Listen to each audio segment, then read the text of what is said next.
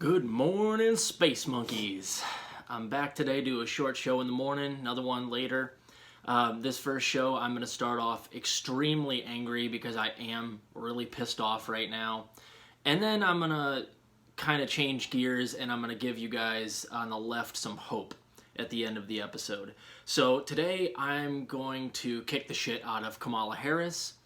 If you know anything about what's going on with the $15 minimum wage right now, the Biden administration is claiming that their hands are tied because the Senate parliamentarian, which is a woman named Elizabeth McDonough, and she's in I think that's her name, and she's in an advisory role called the Senate parliamentarian. That role gets to decide what constitutes something that can be put into a budget reconciliation bill. So they're basically saying, she is saying that $15 minimum wage cannot be put in the bill. It doesn't, we talked about the Byrd rule earlier on a different episode. She's saying that you cannot put $15 minimum wage into a budget bill, which is bullshit. And secondly, she has no actual power. So their hands are not tied. They're lying. They're gaslighting everybody saying you don't know how it works, when they're the ones that they know how it works. Kamala Harris can overrule the Senate parliamentarian on anything like this because she's the vice president. That's the actual way it works. So don't let it get twisted. Don't let people gaslight you. Kamala Harris is in your fucking way right now. She's in the way. Move, Kamala. Get out the way, as Ludacris would say.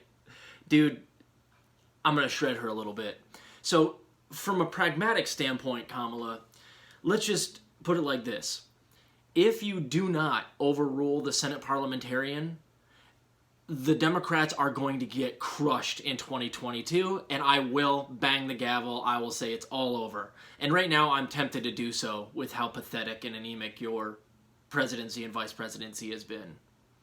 So, you can, for your career, just do what the right thing is. Even if it's just for selfish reasons, overrule the Senate parliamentarian, put the $15 minimum wage that you guys campaigned on in the fucking bill.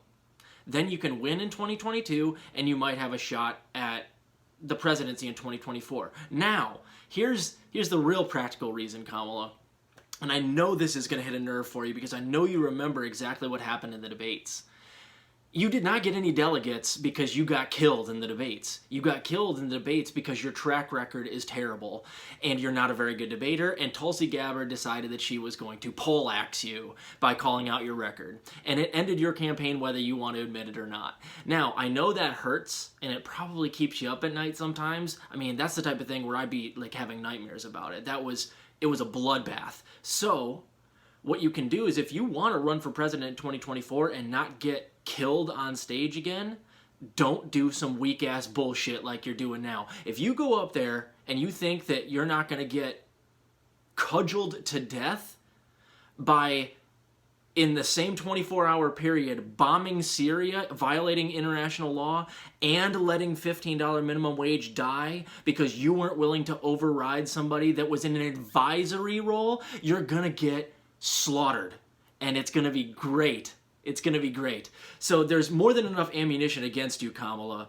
But be my guest. Give us more. Because when it comes down to it, if you don't override the Senate parliamentarian right now, we're going to kill you in 2024, metaphorically.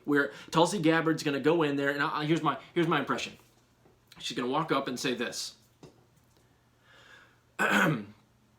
Kamala Harris, within the first month of being VP, did not overrule the Senate parliamentarian, killing $15 minimum wage when she did not have to, and in that same 24-hour span, the Biden administration violated international law and bombed Syria. That's it. That's all I have to say about that. And then, that's it. You're done. You're done after that. That's the whole race. So, from a pragmatic standpoint, do the right fucking thing. God damn it. Just even if it's for progressing your career. Good Lord. So I want to end the show on a good note. I mentioned in another show, if you're a lefty and you're seeing how badly the Biden administration is performing right now, it leads you to two conclusions. The first conclusion is that they probably are trying to lose in 2022. The more they do horrible things and don't do anything good for the people, the more I'm thinking they're taking a dive. Like, they want to lose the House so they have a scapegoat for the second half of Biden's 4 years. So it would be, if they want to maintain status quo and have somebody to blame it on, it's advantageous for them to lose the House. So they can just pretend like they're doing their best for 2 years or 18 months or whatever, or maybe do one little teeny tiny thing that isn't really going to help anybody, so it makes it look like they're trying, and then they just lose in 2022, and then they can breathe a sigh of relief because now they've got the Republican scapegoat in the House again. That is the first conclusion, and I think that's probably true. There's no reason that they should be doing a lot of these things. It's too ridiculous, and too obviously against campaign promises, and too obviously against the interests of the American people. The second conclusion is, and this is the hopeful part, is if they continue to do this bad, they lose their majority, get nothing done while they've got it, and they lose it in 2022, the status quo neoliberal shitlibs are going to be extremely vulnerable in 2024. Now, Kyle Kalinske is one of my heroes. He does not believe in accelerationist theory. I do. And I think we're seeing it happen right now. If the Democrats continue to do nothing and let the American people starve, die freezing, die with blood in their lungs because they can't get health care, they're going to get killed, but it makes them uniquely vulnerable because look at all the ammunition they're giving us. Oh my God. Just make a list. Make a list. I'm telling you guys, make a list of every bad thing that they do and kind of keep a journal on it. I'm doing that on this show, but I'm also writing all this stuff down. And what I'm doing is I'm preparing for when in 2024 Kamala Harris runs, we're going to crush her over the head with everything that happened during the Biden administration. Same with Buttigieg. Now, he doesn't have quite as big a role in the administration, but I think Harris is going to be the one we're going to have to contend with for president. So it's useful that they're being so awful or being so stupid or at best negligent that we're going to be able to kill them with evidence. So make your ammunition list and get to know it well. And if I'm Tulsi Gabbard or Nina Turner, somebody that you know is going to have some time to go at Kamala Harris, Tulsi's already done it. I mean, she absolutely killed Kamala Harris's campaign by herself in the debates. So you know one of those two, first chance they get, they're going to go say what I just did, along with many other things I'm sure that will pile up over the next 3 years, and you just beat Kamala into submission. You crush her at every debate, and you never let her frame anything towards you the way that she wants to. Reframe it, get back at her, and stay on topic, and just beat her into submission. And that's a good thing.